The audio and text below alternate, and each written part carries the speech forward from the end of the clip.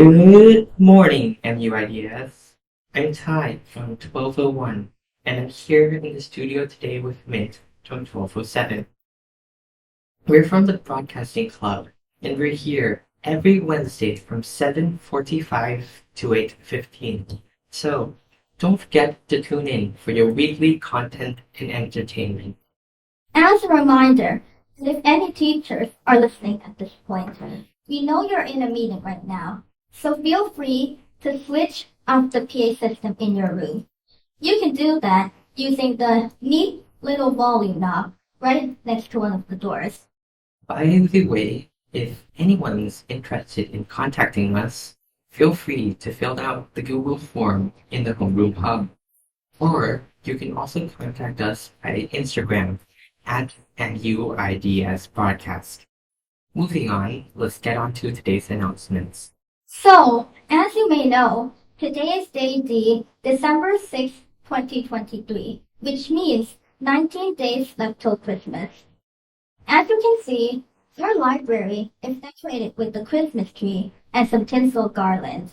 And we might even get some secret gifts from Santa. Yeah. You know, Certainly looking forward to that. me too. So, as you can see, some other classrooms are decorated too. So, don't forget to check that out. And most importantly, our parents are hosting the MUIDS Christmas Carnival on December 12th, 2023 from 2:30 to 4:30 p.m. There's gonna be food, presents, a costume competition, student performances, and much more. So, don't miss out on that. Yeah, definitely don't miss out. And last but not least, or at least hopefully, is something called the TGAT. I'm sure plenty of other grade 12s are going to be taking it this Sunday, so good luck to you all. Moving on, let's get into our content for today.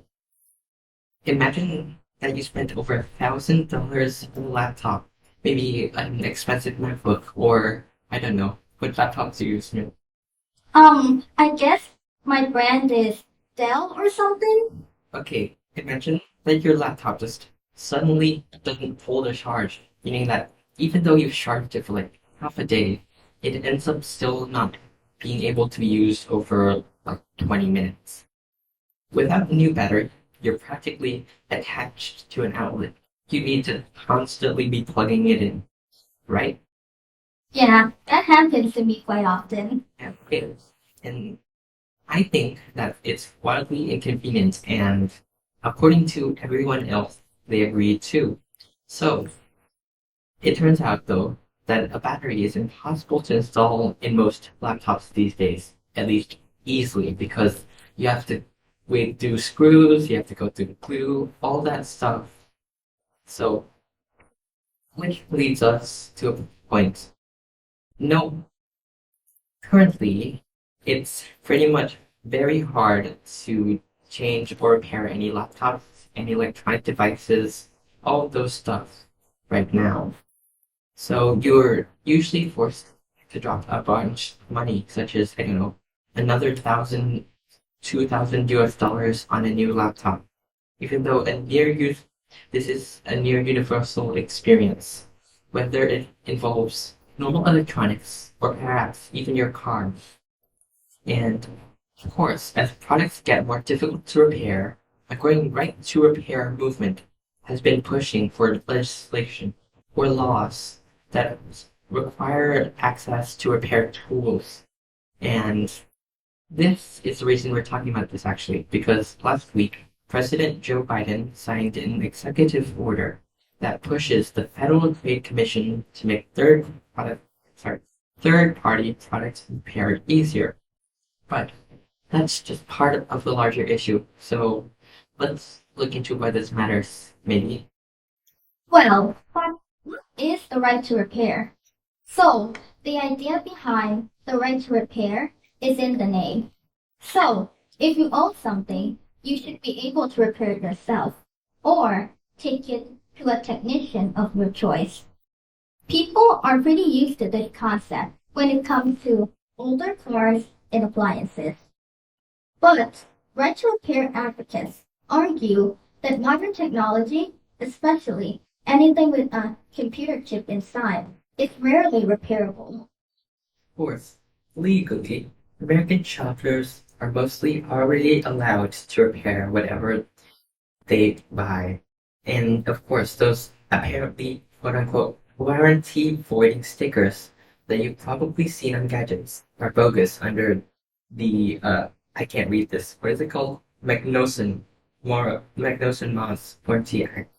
But practically speaking, of course, people are often denied the information or the parts to do so because those things are under something called an NDA, meaning that no one can talk about them. And this is where a right to repair movement comes in.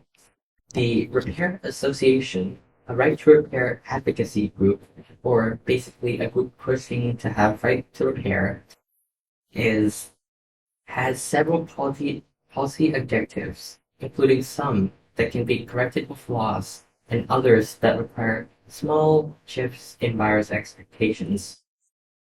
Well, those objectives are, firstly, make information available, which means that everyone should have reasonable access to manuals, schematics, and software updates. Software licenses should limit support options and should make clear what's included in a sale. Secondly, make parts and tools available. The parts and tools to service devices, including diagnostic tools, should be made available to third parties, including individuals. But by the way, diagnostic tools are tools that are used to find issues and fix them. Moving on, so the next objective is allow unlocking.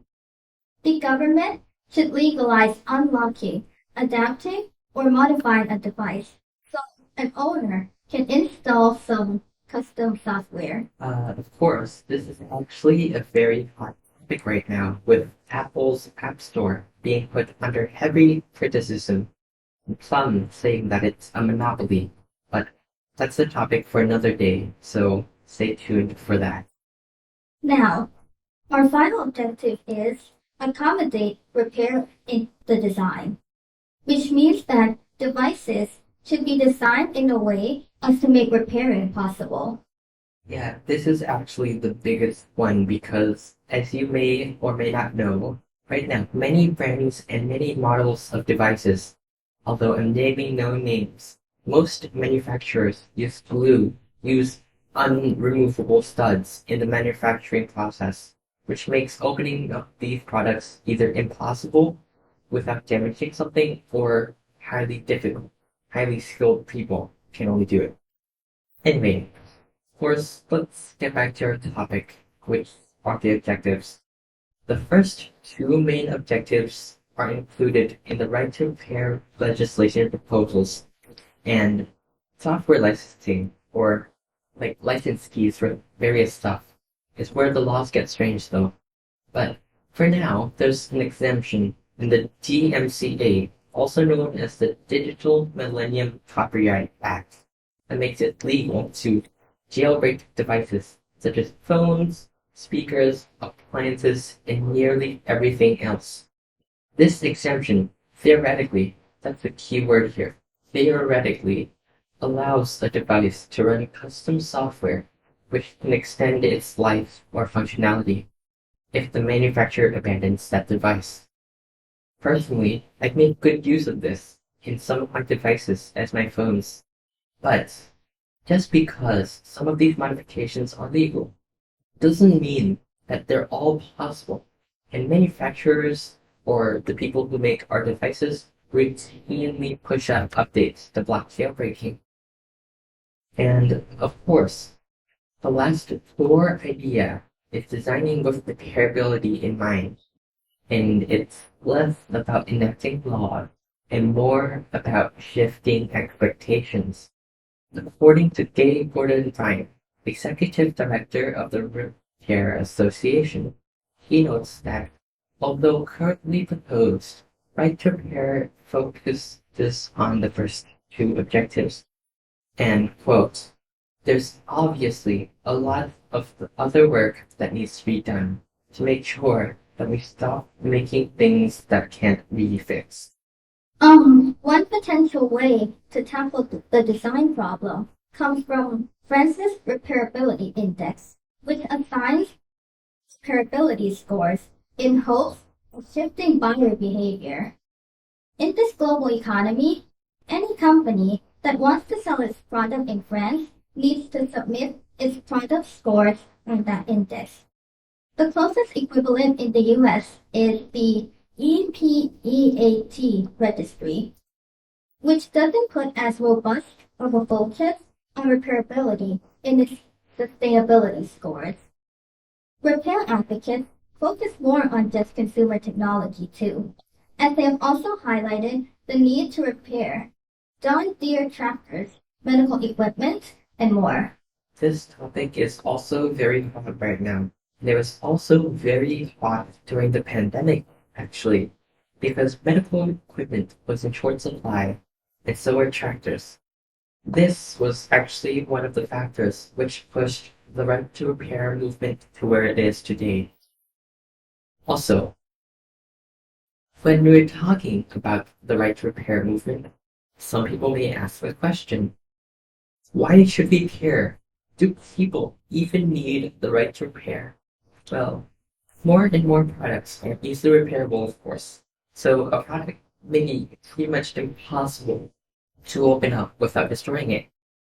What pointing to wireless earbuds right now, which you have to use a saw to cut open. And anyway, even though novel solutions may come up, there are no third-party options for parts. And this means that owners may not be able to repair their products. And sometimes, such as in the case of Nintendo Joy-Con drift situation, a problem that requires people to send their stuff in for repair may not be feasible or practical because they need to use their items.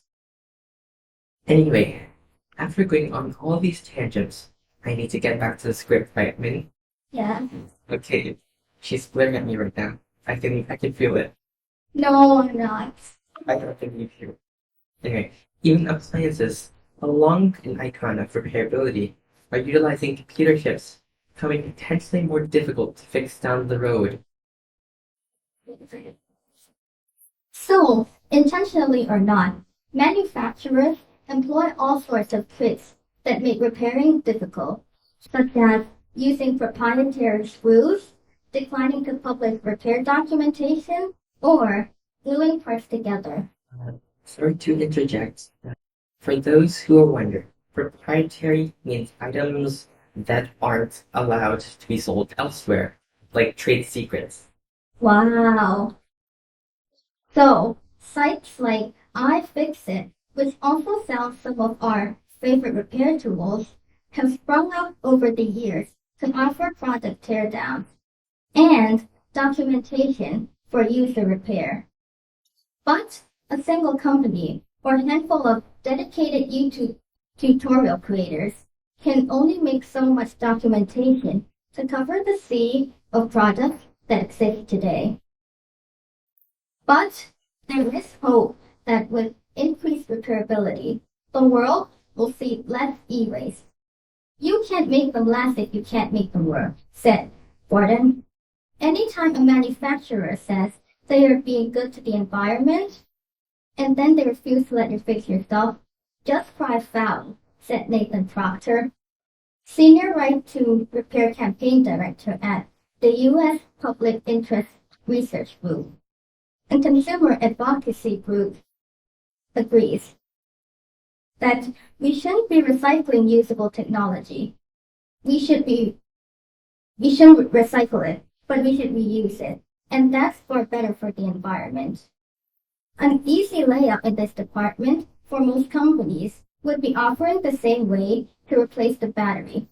As Kyle Weens, the CEO of iFixit, says, there's a lot of things we would like, but that's the one that limits lifespans the most. And I think harms consumers the most too. I would like to reiterate that all of these are direct quotes from people in the right to repair movement, and we're using a CNET article as reference. Anyway, about right to repair, let's think of an example. What example do you want to think of? Maybe Apple? Yeah, that's a good example of how these things tend to play out. Because sure, yeah, Apple has what do they call it? The Genius Bar, right? Yeah.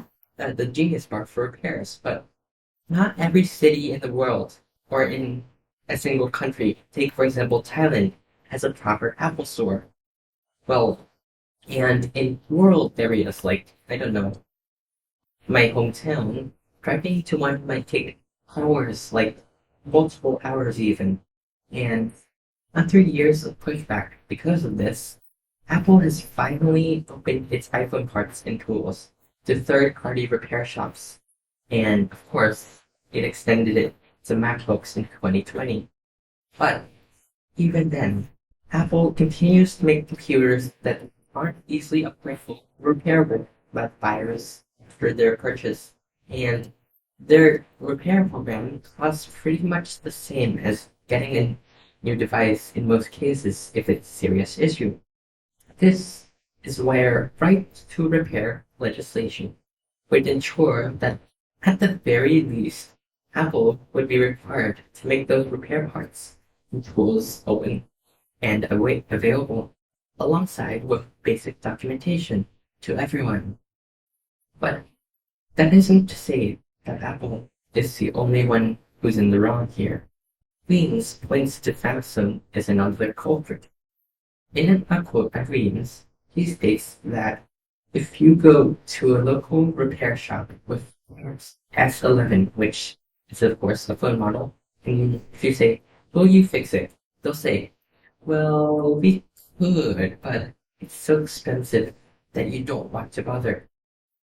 Weems adds that Samsung also has diagnostic tools that independent repair shops don't have access to, which gives official repair shops a competitive disadvantage, which is something that the FTC does not want, and that's part of why this regulation and legislation is coming up. But there's also evidence that when companies want to make something repairable, they can. Weems points out to the Surface Laptop 3, which Microsoft improved in terms of repairability between versions without changing the core design. They just rearranged things inside the product, and they found their way to making a serviceable product. Buyers have taken for granted that what they can buy can be repaired, but that's increasingly not the case. The right to repair legislation would establish rules that promote repairability practices throughout industries, including computer technology, agriculture equipment, and medical equipment. By requiring manufacturers to sell replacement parts and make documentation available, such laws would also make it easier for people to extend the life of the products they buy. Yeah, that is a good point. But as with any argument, there are two sides, and it would not be good of us to not explore the other side. Okay, which is why you're posing a question. Why do people or some companies oppose right to repair? Well, of course, Facebook, Toyota, Verizon, which is a network provider in the United States, and many other companies lobbied against the right to repair movement in New York State in 2018, according to the news source called The Markup. And in 2017, an Apple lobbyist also warned that one Nebraska senator that if the state were to suddenly become a hotspot for bad actors if it passed the right to repair legislation. And one letter signed by many, I'm talking many, like tens, 20s industry lobbyists opposing Hawaii's SB 425, which is a repair bill, of course, including industry groups such as the Association of Home Appliance Manufacturers and the Consumer Technology Association. outlines main points in opposition to right to repair legislation. And mostly, they point out security risks from giving criminals access to technical information, safety risks from unauthorized repair, and risks to intellectual property. But these arguments, well, they always have counter arguments. So do your research before coming to one side or the other for this argument here. That is a good point. Now, let's say that the industry trade group, TechNet, issued a statement in response to Biden's executive order, stating that allowing unvetted third parties with access to sensitive diagnostic information, software, tools, and parts would jeopardize the safety of computers, tablets, and devices and put them at risk for fraud and data theft. And as a side note, uninvented means that the manufacturer has not been through the company or the third party's abilities, done training, all that stuff. Okay, continue, Mint, please. But we haven't seen examples of security risks in practice, and some cybersecurity experts disagree with the claims manufacturers are making. Paul F. Roberts, the founder of SecureRepairs.org, an organization of information security professionals who support the right to repair, says, I think there are real issues with connected device security, but the right to repair is not really a part of that conversation. He also continues that there's a lot to be done to make connected device ecosystems more secure. But the price of having connected devices can't be a monopoly on aftermarket service, parts, and repair. As a side note, many of you may have actually played Monopoly and you know exactly what I'm talking about. But for those who haven't, Monopoly is a game where you pretty much get all the money. And in this case, it refers to the fact that one company or one business is the only business selling one thing. And of course, that's not good. Anyway, actually, you know that recently, like in May 2021, a report by the FTC, of course, you may also know them as the Federal Trade Commission, looked at many of the examples against the right to repair movement and found that, according to them, quote, most manufacturers' reasoning, including statements about security and safety, was flawed. Based on a review of the comments submitted and materials presented during the workshop by the FCC, there is scant, meaning little evidence to support manufacturers' reasoning for the repair restrictions. And the FTC does, however, note that there is some room for copyright implications though, because Commissioner Wilson and Commissioner Phillips note that the report excludes from the scope of its coverage an analysis of manufacturers' intellectual property rights, which may provide legitimate justification for some repair restrictions. That's the key word here.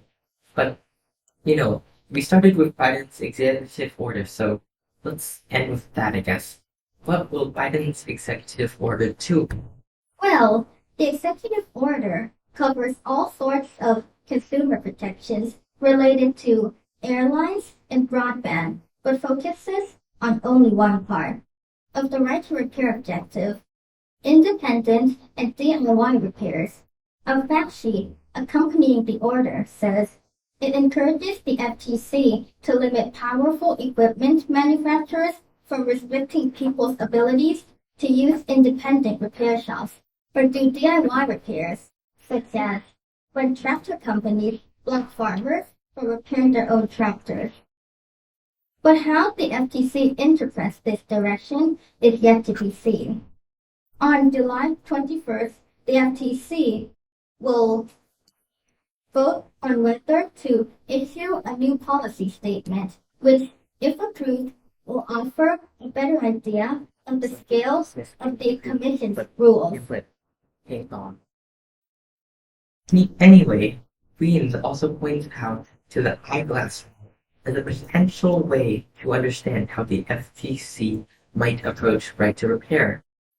And quote, the eyeglass rule states that sorry, the eyeglass rule states that if you go to the optometrist or eye doctors, they have to give you a prescription for glasses. But when you walk out the door, they can't force you to buy those glasses. You can go buy them somewhere else. And worse, you can imagine the FTC would easily say, hey, if you're going out to make special software available to your manufacturer repair shops, you should also make these same tools, these same things available to consumers, right? Yeah, that's right. Definitely. That's my opinion, at least. And I'm sure it's shared by many consumers out there. And of course, Proctor, another person, still sees the executive order as a window. He says that, to me, the most important part of this is an endorsement or being agreed with of the right to repair as a federal policy priority for those, sorry, for the president, actually. And it also actually signals the potential for multi-agency approach, which can help eliminate the handling of various issues in a way that still protects competition, security, and safety. And like many things in life, compromise is important here. But what is the point of legislation when there's an executive order? Well, the executive order only directs the FTC to make rules, and that's unlikely to address everything right-to-repair advocates would like to see. They may or may not address all the points that we think are important. Gordon Burns said, so we're going to proceed as though state legislation is still going to be preferred. The right to repair legislation is making its way through at least 25 states, and one national bill has been filed in Congress. Everyone we spoke to agreed that state and federal laws are still needed, even with the executive order. Yeah, and on that positive note, we're going to end it for today because it's currently 8:14 and we don't want to be late for class. So that's it for today's broadcast. We hope again that the content we gave you will still be interesting and useful for you to learn more about both our modern world and the origins of such an interesting legislation. Thank you for listening and stay curious. See you next Wednesday and goodbye. Goodbye.